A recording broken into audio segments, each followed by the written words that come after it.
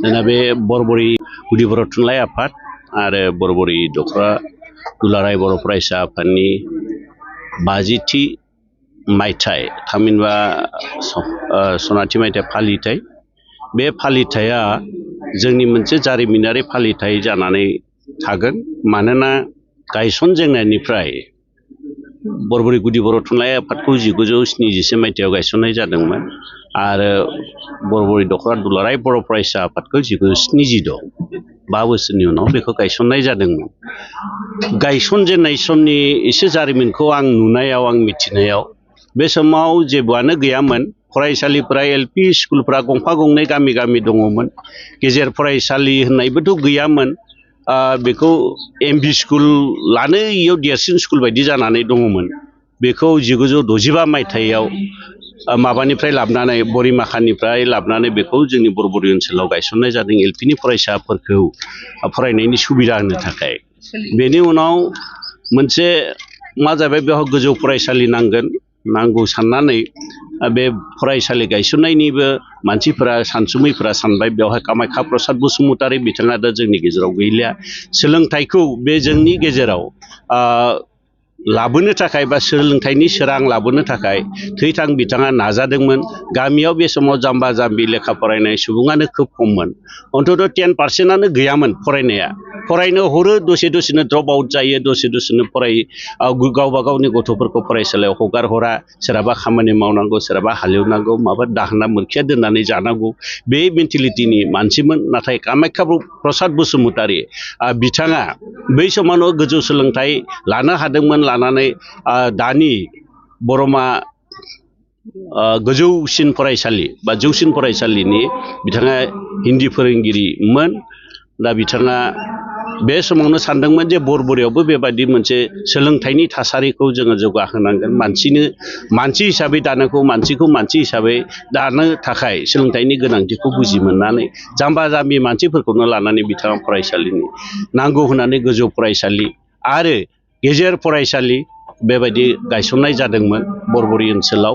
आरो बिथांनि बे नाजानायाव मानसिफोरा लासै लासै मदद होबोदोंमोन। मदद होबोनानै दा बे जाय फरायसालि 1971 मायथाइयाव गोजौ फरायसालिखौ गायसननाय जादोंमोन बेयाव दा जौसिन फरायसालि जालांबाय। दा बेनो जोंनि बरबरि ओनसोलनि गंसेल' जौसिन फरायसालि। एलपि दङ, गेजेर फरायसालि 3, एमभिजि 3 दङ, एलपिआ दङ आरो दाबो दुखुनांथावै भेन्सार स्कुला जोंनि गेजेराव दंबावो, 2सो दंबावो।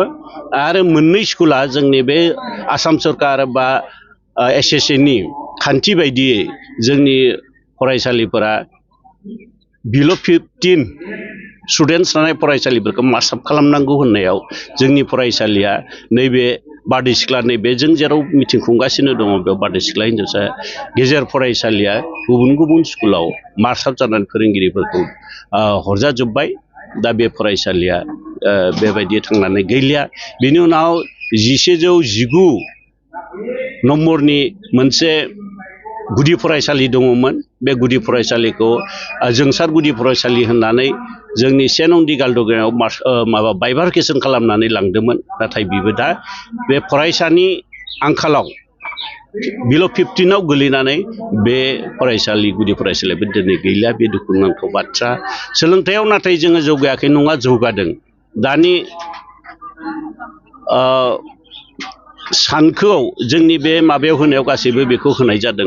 जोङो जायफ्रा प्राइड एबा जोंनिफ्राय ग्ल'रिज बर' बिजोंजों फरायनाय नङाब्लाबो गुबुन बिजोङाव फरायनानै सरकारनि गोजौ मासि आवग्रिनो हादों, गावनि जिउ राहा दानायाव गोजौ मासि आवग्रिनानै लादों, बेफोरबायदि सुबुंमोननिबो जोङो बेवहाय माबा होनाय जादों, फट' होनाय जादों आरो बिथांमोननि सिनायथिखौ बेनो होनाय जादों आरो बिथांमोनखौ दिनै बरायगोन। बेफोरबायदि गोजौ मासि मोननो हानाय सुबुंमोनखौ बरायगोन। आरो बे माबायावनो जों ओरैबायदि खाफाल गोनां जोङो मा खालामदों जे 1971 मायथाइनिफ्राय गुदि बर' थुनलाइ आफादनि जेसेबां बिबानगिरिफोर दङ, जायफ्रा दिनैसिम थांना दङ, जायफ्रा दिनै गैलिया, बिथांमोननि न'खरनिबो सुबुंखौ लानानै जोङो मान बावदों। आरो मोनसेया जाबाय बर' फरायसा आफाद, दख'रानि बर' फरायसा आफादनि बिबानगिरि बिथांमोनखौबो जोङो थानायखिनाखौ मान होदों आरो गैयैखौबो न'खरखौ लिंनानै मान होदों आरो रमान आंखौ जेल जानाय बर' थुनलाइ आफादनि 1974 मायथाइनिफ्राय 74निफ्राय 75लागै जि सुंद' समाव सोमावसारनाय जादोंमोन स्क्रिप्टखौ लानानै बे स्क्रिप्टखौ लानाय आन्दलनावबो जोंनिफ्राय सा 16 सुबुङा मा जादोंमोन जेल जानांदोंमोन सोरबा बुख्रेब सुख्रेब खालामजानांगौ बिथांमोननिफ्रायबो गोबाङानो गैलिया खायसेया दङ बिथांमोनखौबो बरायनो मोनो बे जोबोर गोजोनथाव बाथ्रा बे जोंनि थाखाय जारिमिन आरो दा जोंनि गामि गामि स्कुल एलपि स्कुलफोरा दङ दा दुखुनांथावा जाहैबाय जोंना मिडियामखौ बर'फोरानो नासयनो हमबाय सिगां थैथां नाजानानै गायसनबाय थैथां नाजानानै स्क्रिप्टनि थाखाय जोङो माबा जालांबाय आन्दलन सा 16 सुबुङानो जिउ खोमालांबाय नाथाय दिनै बर'आनो बर' मिडियामाव गावनि गथ'खौ होनो एसे दाउट जानाय एबा सन्देह जानाय जालांदों बे दुखु गोनां बाथ्रा दा बेखौ लानानैनो दिनै मोनसे सेमिनार खुंनाय जादों आरो बे सेमिनाराव बेखौनो लानानै फरायसाफोरनि दिथागिरि एबा बिगोमा बिथांमोनखौ बेवहाय फोरोंथाइ बा बाहागो लानानै बिथांमोननो फोरोंथाइ होनो सानदों फरायसाफोरखौबो लानाय जादों आरो जिउ राहा दानो फरायसा जायफ्रा फरायबाय थादों कलेजाव हाई स्कुलाव बिसोरखौबो लानानै बे सेमिनार जादों बे मोनसे फिथाइ होगोन होननानै जों सानदों दा बे जोंनि मावनायफोरा एबसु आरो साहित्य ज' ज'यै जों मावबोबाय थादों आरो बेबायदिनो ओनसोलखौ जौगानो सोलोंथाइ बिथिङाव नाजानाय हिउमेन रिसर्सआ गैद्राय नङा जोंनियाव जाबोगासिनो दङ उनाव बांसिन जागोन होननानै आसा थिनाय जाबाय।